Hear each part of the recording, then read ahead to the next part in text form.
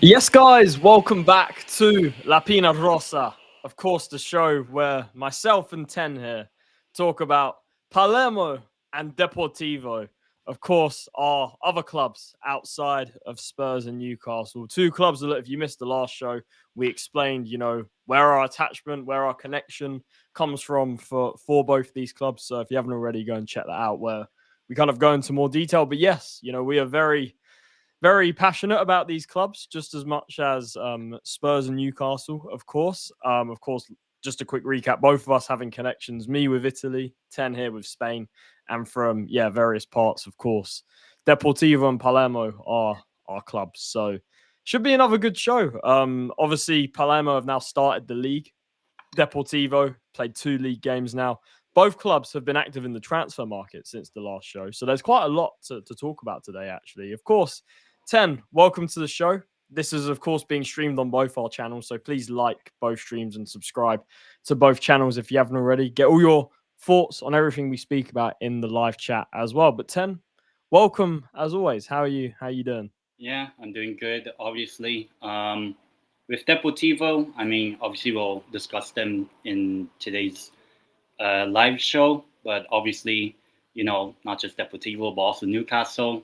I'll get my thoughts on that game for, what do you call that, when we do our show on Friday. Yeah, of course. Both, just if you missed my community post as well, both shows have been moved this week.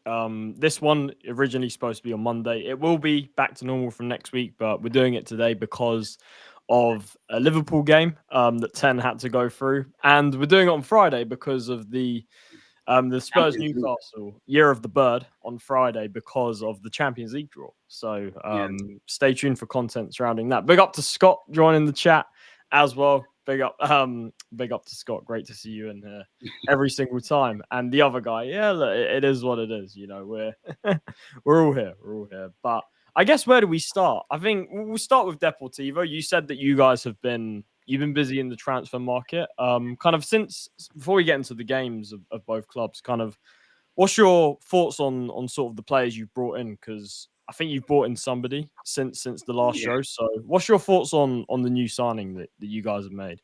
Yeah, the new signing, well, he's used to Serie B football because he's actually been promoted twice, I think, in the past 2 seasons or something like that. But he was at Sassuolo last season. Obviously, we saw what happened with Sassuolo. Last season got promoted pretty comfortably. But we're getting Samuel Mulattieri. I think that's how you say it. Italian. That's good. Obviously played for Sassuolo, but also used to play for Spezia. So he is used to second tier football. But not only that, last season with Sassuolo, in the 32 games that he played with them, 9 goals, 3 assists, so 12 goal contributions, which I think it's a pretty fair return. I would say it adds to Deportivo's attack, which we'll talk about it a little bit. Just a spoiler: we drew 0-0 with Burgos not earlier today, but during the weekend, and hopefully adds to the attack. Do you think you guys needed a striker? Do you think that was a position that you had to get this window? I would say so.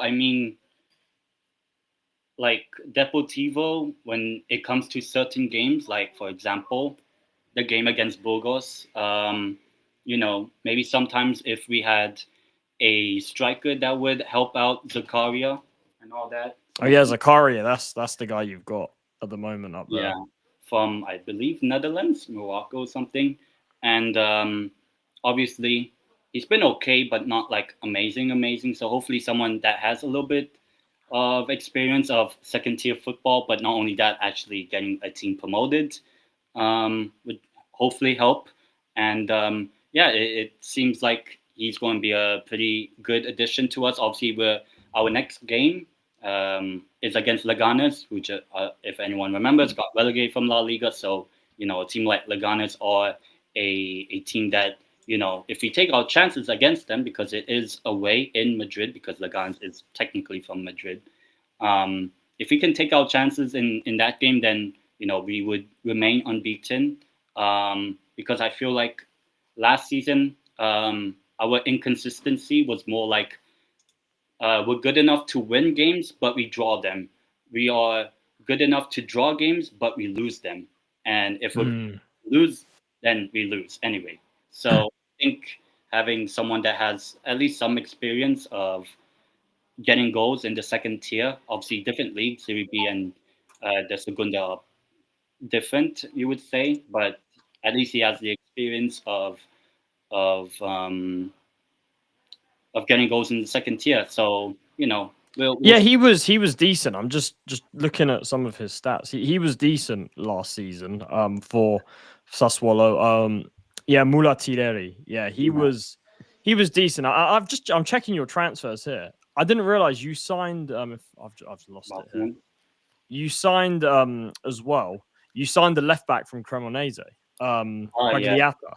Quagliata. Yeah. He's from Cremonese, of course, they had a good win. You guys have made quite a lot of signings, actually. Obviously, Backman, who we talked about some of these last week as well. Big up to Michael Michael TV in the chat as well. Great to see Michael here every single time. Subscribe to his channel if you haven't already, people. He always does a lot of Feyenoord content, Loves Feyenoord and PSV. No, all jokes. But yeah, look, I mean, that's a decent signing you've made there. Obviously, we'll talk about the game in a bit, but I think it's clear that I think you guys needed a striker, to be honest, based on what I saw in that game, watching it back. But we'll go into Palermo. We have signed. Look, we typically have a lot of players come in most transfer windows since the City Group have taken over. But we've signed 2 players this week. First of all, Davide Verori from Cagliari, loan centre back. Look, I think we obviously signed Mattia Bani from Genoa, which I think is the best centre back signing we've made. Patrick Pedder came back from loan from Juve Stabia, who done all right in pre-season. We got rid of I can never say his name. It's a Greek name. I don't want to get it. Let me just. I have to read it out. We had a centre back last season from Greece who I still struggle to say his name. Nico Lualu.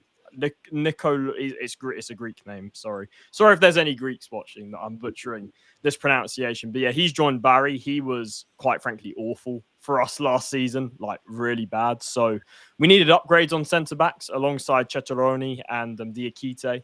Diakite can play right back and centre back. And Diakite, he's somebody that I think needed competition. Big up to Anthony as well. Look, Anthony, we'll get into the game, but Inzaghi, said it last week. Signing him as our manager was the best signing we've made this summer. That for me makes the true difference in us. But with the signing we made, Veroli, I don't really know what to expect. I was hoping we'd maybe get someone a bit more proven, to be honest, in that position. But alongside Bani, Ceccaroni, Diakite, Diakite, like I said, I want to see him get back to the form that he showed in his first season 2 years ago. But it's another body in. We've signed a goalkeeper as well alongside Bardi, who we've already signed, but we also signed another name that I struggle with because he's this guy. Where is it? I struggle with some of these other names. Finnish goalkeeper Joronen from Venezia. I know the player. I just struggle with his name, unfortunately. So sorry if I'm mispronouncing that. But again, a player. Look, I've been very pleased with a lot of our signings, but another one where I'm a bit like, I think we could have done a bit better. He came on a free. Bardi, we obviously got as well, who has looked good. He played, of course, against his old club Reggiana. But I was hoping we'd get Klinsmann, and not the Klinsmann that you guys are thinking about. His son, who's playing at Cesena, who was one of the best goalkeepers in Serie B last season. I think just called up as well. Just got called. Yeah, just got called up for USA. We were heavily linked with him, and he was apparently one of our first targets. But for whatever reason, it didn't happen. He was the one I was hoping we'd get. But look, it is what it is. I'd say, yeah, with the goalkeeper, a little bit underwhelming. Jolonen, he's okay from what he's played in Serie A with Venezia. So we've signed a lot of experienced players. A lot of the players we've signed have been late 20s, early 30s, apart from Veroli. But we'll see. I think Bardi's, like I said, I think overall we have upgraded the goalkeeping situation, but it remains to be seen if they're, truly top. But overall, I don't think it's too bad. I just think in terms of the goalkeeper, I think if it was Klinsmann, it could have just been that bit better for me because, like I said, he does look good. So, and yeah, big up to Anthony as well. Yeah, Rabiot, you guys should not go near Rabiot or even Vlahovic. It's as simple as that. But it was a tough loss for you guys against Cremonese. But sorry, Anthony. But yeah, both clubs, Deportivo, Palermo, both making more signings this week. We'll see if anybody else comes in before now and deadline day. Obviously the next show being on deadline day, so maybe we'll have a bit to speak about there. But yeah, those are our transfer windows. A couple more players in for Palermo, one more in for Deportivo. So look, next week I'm sure we'll talk about kind of the window as a whole. Overall, I'm pretty happy. Apart from, like I said, the goalkeeper could have been a bit better, but overall, I'm pretty happy with the window. Like I said last week, just as well. I didn't really mention it last week, but the players, we have got a lot of players out this window. We've got rid of people like Di Mariano, who was part of the Palumbo deal with Modena. We also got rid of Saric, who's been on loan like twice. For me, a nothing player. If I'm being really honest, Christopher Lund, who went to Cologne. It's a shame because he was, again, kind of like, in a way, like Diakite, like good in his first season, but then he just fell off a cliff. I mean, Diakite was inconsistent, but Lund was just shocking last season, to be honest. And it was obvious we signed Agiello to replace him, left wing back. Lund, I think it was time. Like, he was really bad last season. Obviously, Nicolaou, the Greek centre back that I told you guys about a minute ago, we got rid of Henri, who not the Henri you guys are thinking of, but another French striker, Henri from Hellas Verona. Again, another failed signing under DeSantis last season. Our horrible sporting director we had last year.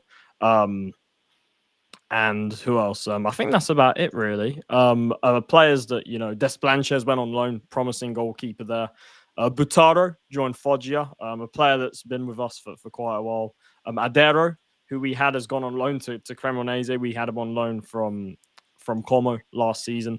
And yeah, Graves as well finally left, another centre back that was just not good for us, who finally left as well. But yeah, those are just the quick transfer thoughts. A bit happened this week as well. But let's get into the two games. We'll start with Deportivo. As the title says on my show, missed chances, I think, cost you guys in this game, to be honest. Having watched it back, I think you guys started the game really well. There was one chance in particular that you guys should have scored. Like, it was, it hit the bar or that's like 2 minutes of the game. Yeah. More or less. You guys should have scored pretty much straight away. And apart from that, you missed some clear chances. And then I thought you guys just fizzled out, to be honest. Yeah. And look, they could have maybe nicked it, but ultimately it was 0-0. I mean, not the best result considering it was a draw at home. First game. What did you make of the game? Yeah, I mean, this is, I guess, more of like what was last season kind of like in certain games for Deportivo. Like, the team is good, obviously, but it's more of like taking chances and all that. And most of the time we actually don't lose, even if we don't take our chances. We just draw the game, basically 0-0 or 1-1 and all that. So I think overall the performance wasn't bad, I would say. I think Burgos were pretty good as well on the day. Obviously, both clubs heading into that game got big wins in the first. Do you think Burgos are looking quite strong this season? I guess so. I mean, it remains to be seen whether they're going to really challenge for the top 6, because the top 6 is the minimum playoff.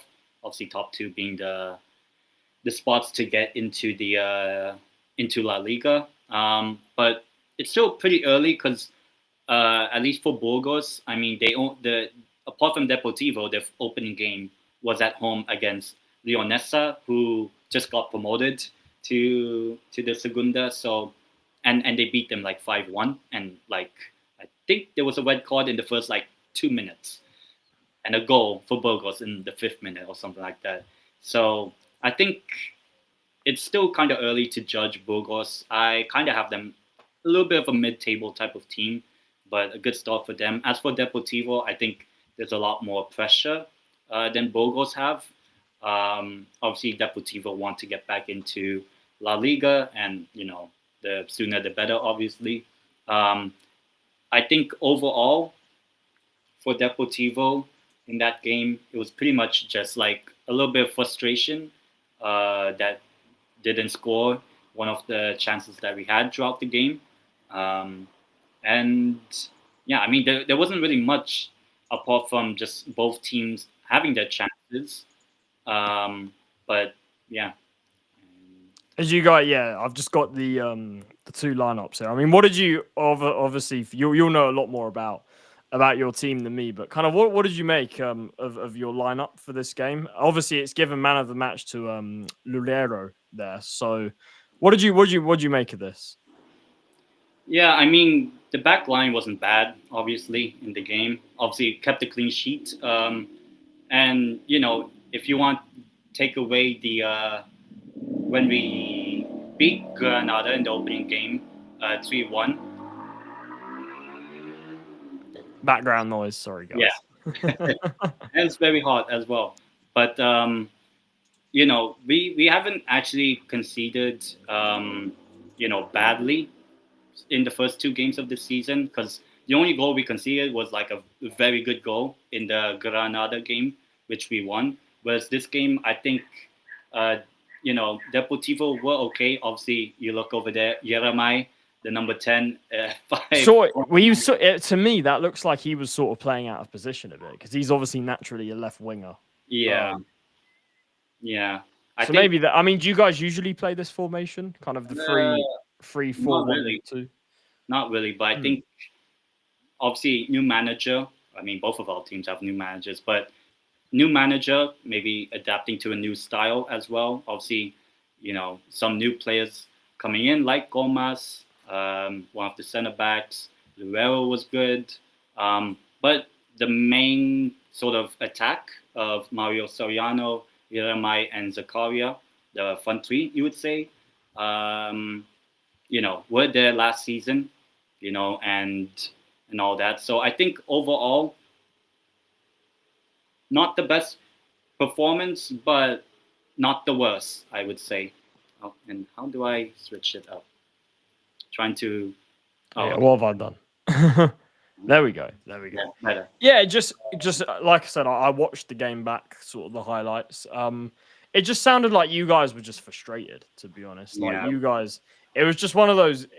You know how they say, just one of those days. It just.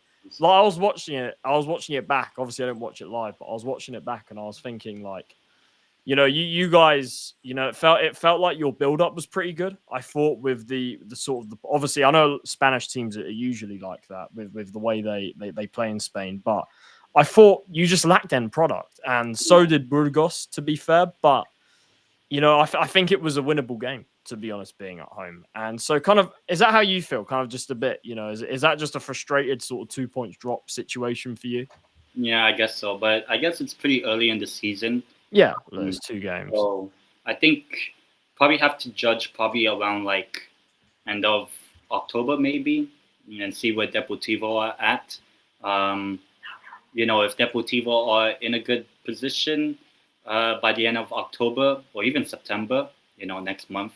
We'll see how the rest of the season goes for Deportivo. But yeah, obviously it could be seen as 2 points drop, which obviously I think it is. But I also think that maybe with the signing of Mulattieri from Sassuolo, maybe in the game against Leganes, which is away in Madrid, because Leganes is in Madrid, hopefully can get a result there. I mean, obviously, I think Leganes so far this season, if I remember, well, looking at it, I think they have 2 draws, Leganes, in the league so far. So they're not looking super impressive, I would say.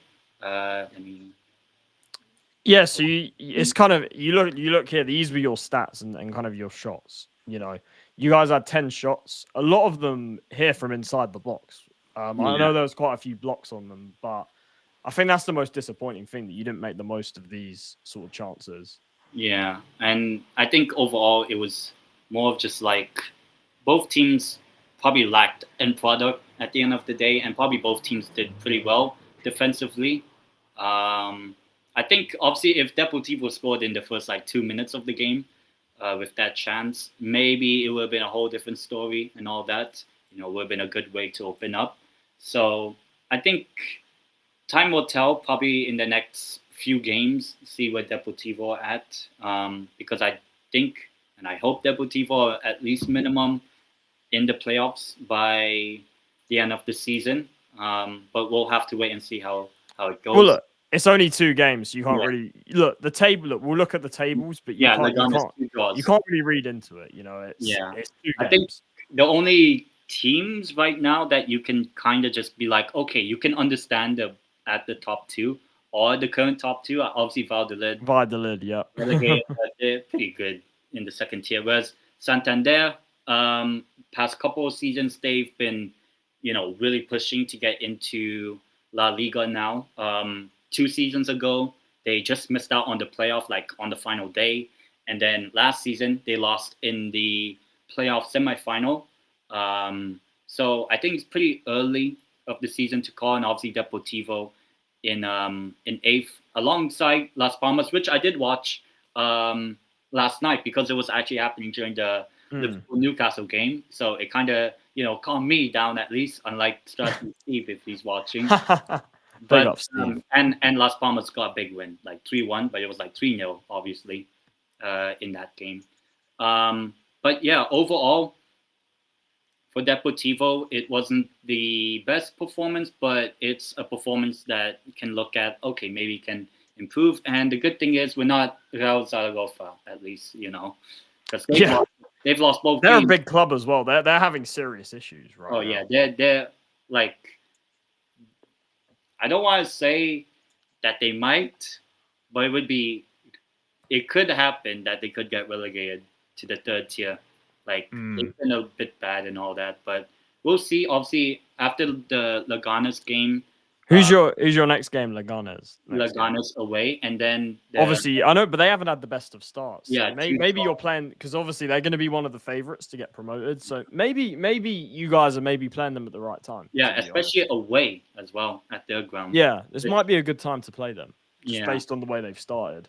Yeah, and I actually been to the Leganes Stadium. It's pretty nice and all that. Both teams wearing blue and white stripes as well, so you can't tell who's a Deportivo and Leganes fan. And then obviously after that we play Sporting Gijón at home, which is a bit of a derby. Obviously Gijón is not from Galicia, but they're from Asturias. So a similar team. Real Oviedo, obviously, if anyone watched, Real Madrid played them. So yeah, it's a Mbappe cooking Oviedo, and then what do you call it, Vinny Jr. and all that. But yeah, I think overall the next 2 games, because we do play during the international break, whereas I know Palermo do not. I think if we can get 4 points, I think that would be good. Like that would you'll take 4 points from the next 2 games. Yeah, so. Away at Leganes is. I guess Leganes, look, it's still a tough game because they've just come down. They're one of the favorites to go up, but I think if you guys can get 4 points out of that, and Sporting Gijón won both games so far. Exactly. Yeah. So if you guys can get 4 points out of that, and I think you guys have a few sort of more favorable fixtures after that. As well. I think we have Mirandes next, and Mirandes who nearly got promoted instead of Oviedo. Mirandes, their entire squad was last season was basically loan players, like players on loan. Yeah. And also the manager, who's the manager right now of Osasuna, as well. So they kind of got raided. They're raided, and they lost both games so far. So this last season was more of a for Miranda's more of a how you say like try to remember what was that team. I don't know if you remember a few years ago when Brentford got promoted. Remember when Barnsley were in the nearly playoffs. in the playoffs and all that, or last season Bristol City. We didn't expect Bristol. It's basically kind of a surprise sort of team. Mate, look, Deportivo. Look, I know you guys have been through some tough stuff. Obviously, going down to the third division. You know, maybe you guys, like we discussed on the first show, that maybe you guys can finally get close to it this year. Since being back in the second division, of course. But yeah, I guess we'll see what happens with you guys over the next couple of games. And just quickly, just kind of off topic, Kairat Almaty have made it to the Champions League group stage. Beating Celtic on penalties. Unbelievable. The team from Eastern Kazakhstan, near the border of China, have made it to the Champions League group stage. Let's go. I just had to mention it. That game just finished. So and the likelihood that what do you call that? Rangers, which I think they play tomorrow. Yeah, I think they're done. I think Rangers are done. It seems like. Yeah. So I don't know if this is a big win for Strasbourg, Steve, because I know he also supports Rangers, so I don't know if he's happy. I just had to mention it because Kairat Almaty, this is like the first time they've ever been this far. So. They were in the first round qualifying as well. Exactly. So fair play to them. But yeah, let's move on. Obviously we spoke about Deportivo. Let's talk about Palermo. Of course, last week we had our Coppa Italia game. We played Cremonese, drew 0-0, won on penalties. And now we're going to play Udinese in late September. Udinese away, of course, Serie A team. And what's even more interesting, if we beat Udinese, we will play Juventus in Turin. So Juventus Palermo is a possibility. Please, I hope. I hope so. I mean, Udinese, I know they're not the best team, but they're still a Serie A team. Yeah. So I'm not so sure about that. But it would be nice if we when, let's say if you progress past Udinese, when do you play Juventus? It would be in, I think, October, November, maybe sometime. I have to double check. I'm not too sure on that. But I want to see it. I do want to see it. If Palermo knocks out Juventus, I want to see you. Look, I don't want to go too far ahead because I'm not sure we're going to beat Udinese. But it's away as well. But speaking of, obviously, like I said, we started the season last week with the Coppa Italia. This week, Serie B was finally back. Obviously, like I explained in the last show, a lot of expectation, a lot of pressure for Palermo and Inzaghi to deliver promotion essentially this season. And we had to get off to the perfect start against Reggiana. Reggiana, sort of mid-table team from last season. But, they're never an easy game. We struggled badly against them last season. We lost this fixture at home last year. But this year, we put things right. We won 2-1 in a performance that, for me, should have been a lot more than 2-1. And I'll get up our starting lineup here. A couple of kind of with the game, obviously, like I said, Inzaghi is the big signing for us this summer, like the best manager we could have got. Obviously got promoted with Pisa last season, but here our lineup was Bardi in goal, of course, against his old club, Ceccaroni, Banni, and Diakite. 3-4-3, Agello, Ranocchia, Segri, and Pirozzi. And this is where I wasn't sure because Giassi was signed as our right wing back.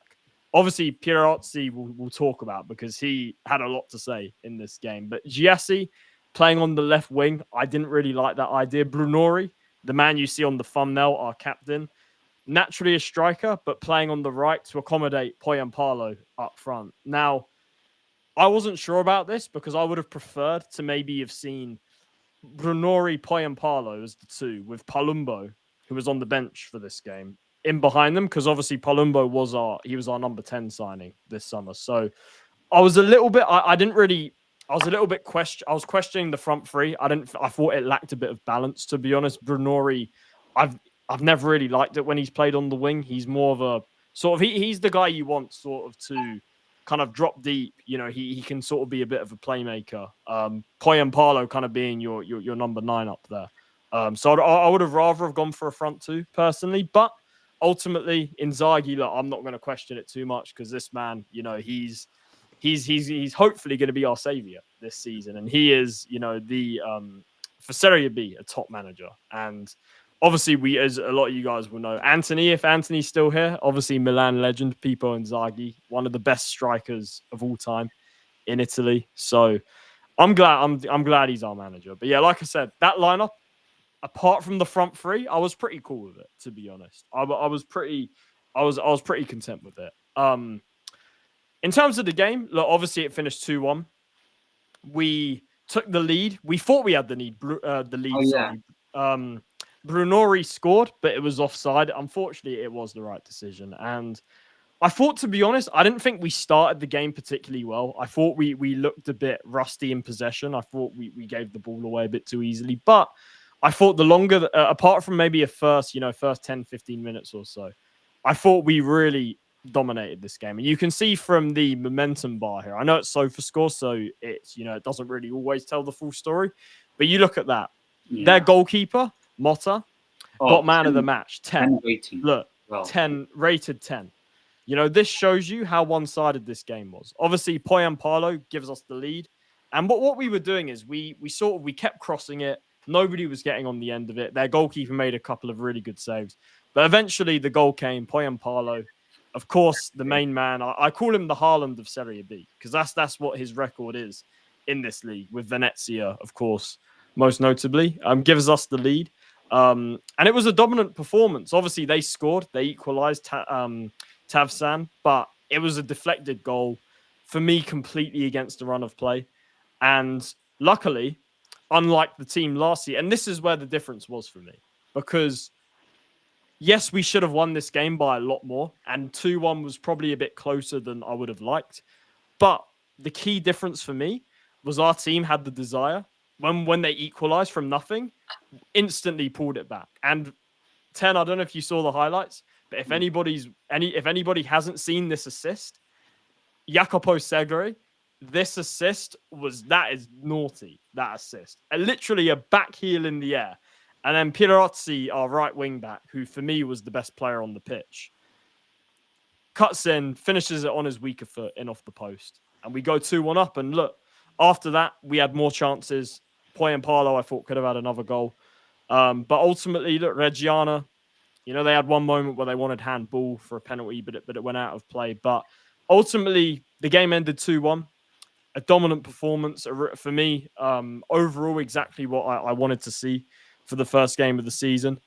The only negative for me is that we should have scored more. But their goalkeeper turned into prime Buffon. I literally did, who gets a 10? For those who don't know SofaScore, it is very hard to get a 10 rating. Yeah. Usually if a player scores a hat trick, or they'll get a 9.9. This guy, Eduardo Motta, who was their backup keeper to Bardi, who we signed from them last season. This guy just, I don't know. This guy just turned it. I don't even know. This guy was he saved everything, it felt like at times. But overall, it was a dominant performance. I'm really happy with the start we made. Overall, like I said, the lineup, I was happy. I think the front three, we'll see if he sticks with it against Frosinone next week. I'm not so sure. Giassi, like I said, we signed him as a right wing back. He played at left wing or left number 10, whatever you want to say. Didn't really do much in there. But then, I can't really question it also because Pirozzi, his performance at right wing back was phenomenal. This guy, he was okay last season. We got him from Fiorentina. But big up to Gio as well. Subscribe to Juve Cornercast. He supports Torino and Inter, obviously. And we were just talking as well. If Palermo beat Udinese, we're going to face you guys in the Coppa Italia. Oh, yeah. I don't know if we're going to beat Udinese, but if we do, we got Palermo Juventus for the first time in ages. So we'll see. But like I said, with the game, perfect start for me. The only thing I would say is we need to be more clinical. But then their goalkeeper had a worldy performance. So can I really question it?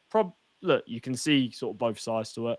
But overall, I'm happy. And it was the perfect start for Inzaghi. And hopefully we do the same against Frosinone, because Frosinone is a team that I fucking hate. So for those that don't know, they cheated their way against us in 2018 in the playoff final. So hopefully we can we can beat them next week. Obviously, 2 home games, first 2 games of the season. So for me, look, if he sticks with the same lineup, I'd be okay with it. Like I said, the only thing that was lacking was that we should have scored more goals. But apart from that, it was a pretty perfect performance. And it was the difference between this season and last season. Last season, when we conceded a goal, yeah, let's do it. Come on. We need to beat Udinese to make it happen. So, And beat Juve. Why not? Why not? But like I was saying, this game represented a big difference because when they equalized from nothing, a deflected goal, we instantly responded. By the way, I have to mention it again. Incredible assist, Segre. That's assist of the season. Like that was insane. But that little back heel, like midair, like it was phenomenal. But big up to FC25 joining the chat as well, channel regular. But yeah, like I was saying, I keep losing track. But the difference is that we responded. Last season, right? Our players had no desire. You know, that was part of the reason why we flopped so badly last season. Obviously, the manager was awful. Dionisi was one of the worst managers that's ever been at Palermo. I'm not even necessarily talking about, which, yes, this is a factor, but I'm not even talking about his tactical ability, but just I mentioned it last show, his constant gaslighting. And he was a bit like Ange. He actually reminded me of Ange a lot like last season with the way he was just constantly lying and just talking shit, basically. And in the press conferences. And that's, you know, obviously clearly it rubbed off on our team last season. And our team, despite still being one of the strongest squads, couldn't react to adversity. I mean, look at the way we slumped against Juve Stabia in the first round of the playoffs. You know, look at how many games did we see it last season. This year, in the first game, I've seen a completely different team, a completely different desire. And that's what happens when you have a proper manager like Inzaghi. Plus, like I mentioned, our team already, even without new signings, even though we have made a lot of new signings, our team being the strongest in the league, in my opinion, on paper. But then football's not always played on paper, and it's down to the manager to make it stick. And so far, if this first game is anything to go by, Inzaghi is doing that, and he's doing a fantastic job. So I want to see this continue. Like I said, I'm not going to get too carried away because it's only one game, but the signs are very promising. And despite it only being 2-1, it should have been a lot more. And who knows? If the goalkeeper doesn't have that performance, we probably win 4 or 5-1, to be honest. It was a good performance from us. And it was the perfect start. The last couple of years, we haven't won our first game. We lost poorly to Brescia last season. And then the year before, we drew to Bari after missing a penalty in the last minute. So, yeah, happy days. We finally won our first game of the season after the last couple of years. So the perfect start. What was your 10? I know you saw it back. What was your thoughts on Palermo's win against Reggiana? Yeah, it seemed like Reggiana didn't really offer too much, but obviously they did get a goal in the game. So they did make it 1-1 when Palermo were basically attacking and all that. And the header from Paolo to score Palermo's. Like I said, we kept crossing. That was my criticism for the first half. We kept crossing it, but nobody was getting on the end of it. Yeah. And finally, that's why I want to see Brunori. I know he's not the tallest, but he has scored quite a few headers, and he can clearly jump high. And that's why I want to see him more centrally as well, rather than on the right wing. Yeah. But obviously, Paolo scoring, which I think probably calmed the nerves a bit, especially, you know, it might be a little bit frustrating that, after like half an hour, you had all these chances. And obviously, if you don't take your chances, maybe Reggiana, which they did, obviously, when they were 1-0 down, scoring a goal. And then, when it was 1-1 after Reggiana scored, it only took like maybe around 10, 15 minutes or something like that for Palermo to score the second goal in the game. I remember watching it, but I forgot how the assist looked. I know it's a really good assist, but I forgot how it looked like in my mind. But yeah, I think overall, obviously Palermo, good result. Obviously, I know Reggiana at one point had a shout of possible handball, but I think the ball went out of play. It was clear, yeah. So kind of lucky, you would say, if that was still in. and penalty was called. They score.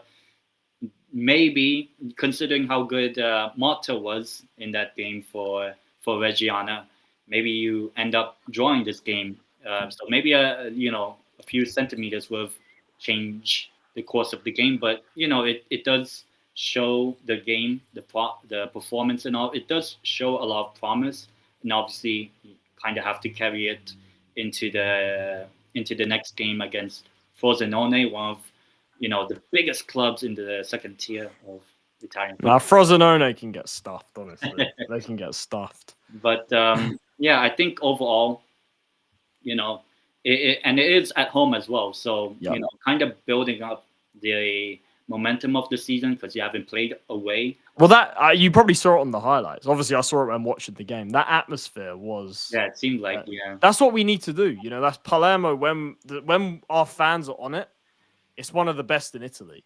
And that might sound a bit biased, but it genuinely is incredible. And obviously, for a lot of games in Serie B, we don't sell out because our stadium's about 35,000 because Barbera was built for the World Cup in Italia 90. It was built for the World Cup. So it's obviously big for Palermo. But when it's on it, it's great. And we need to do it. We need to keep going. Yeah, and I think overall, it seems like Palermo are probably, we talked about this on the show last week, that Palermo are probably the likely ones. The other one, probably you would say Empoli, Well, Empoli, they won against Padova. Venezia's obviously, that's kind of what I'm looking at. Venezia, Empoli are big threats for me. I think Monza, I know they won, but I'm not as worried about Monza, to be honest. But it's mostly Empoli. They're the main probably the main ones. So I think overall, as long as it's promotion, I think that should be the main concern for now for Palermo. But I think overall, we'll see how the game against Frosinone will be like. And obviously, Cesena. Cesena. The league and all that. Well, Cesena, they're top after one game. Obviously, Empoli. Look, a lot of the kind of the Monza one, a lot of the apart from Spezia, apart from I guess you could say Bari, maybe, apart from Sampdoria. I know they've been in a lot of trouble lately. But a lot of the kind of favorites won in the first game. A lot of them got off to the best start. And the thing with Serie B, I keep talking about it. This league is so hard. This league is so hard to get out of. So, you need to be consistent in this league. And I'm just hoping that we can do. But overall, the table, look, one game, you can't really look at the table too much. I mean, anything you want to say on sort of the table 10 after one game? Who knows? Cesena probably get promoted if the league ends today.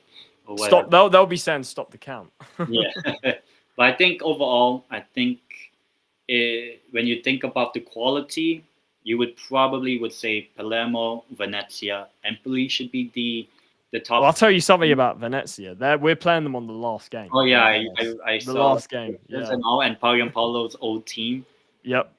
Also away in Venice. It's away. Yeah. So I hope. Like, I'm not trying to jinx anything, but I hope we're up by that point. I really do. Like I hope that we're either up or like we're not going to do it because I don't know if my heart could take that on the last game. That would be crazy. Like, but hopefully we're up. That's look. I said it last show. This is my expectation, and this is the expectation that a lot of Palermo fans have because we've built this team, this squad. We finally got a top manager now. So now's the time. And we've made some good signings. Now is the time. And look, I believe this season, but we got to go and do it. We got to put it into action. Yeah. And we'll see how it goes in the game against Frosinone, because maybe there will probably most likely be some tension, even though like a while back, but still. No, there's always tension when we play Frosinone. This is obviously Frosinone is not a derby, but there's a story from 2018. So it's not Catania, but it's it's not far. It's getting there. So yeah. Any final thoughts on the game? Like I said, the performance I was happy with. I don't want to be shitting myself at the end like I was, because I have PTSD from last season with that Cremonese game and all of that. Big up to Mr. Moon as well. Yeah, we need to sign players. I mean, at least one of my teams is signing players. So there you go. As well with Newcastle, but I think my thoughts on the overall performance of Palermo on the title of my video, promise. You would say the performance does show promise that Palermo could be good enough to get promoted, basically, even though it was only 2-1. Because if every Serie B goalkeeper is like Mata, I hope not. I hope not. I really hope not. We'll see. But yeah, those are my general thoughts on Palermo and how the performance was with that win. Look, it was a good win for us. Obviously, Deportivo, a bit of a frustrating draw this weekend. But I think that pretty much concludes the show for this week. Palermo winning start, Deportivo 4 points from 2 games in their first 2 league games. Obviously, next week, the window, it will be on deadline day. So we'll be talking about probably, if we've signed anyone else or kind of just talking about the transfer windows overall. And of course, the games that both of us are going to play next weekend as well. So yeah, that concludes the second episode of La PIÑA Rosa.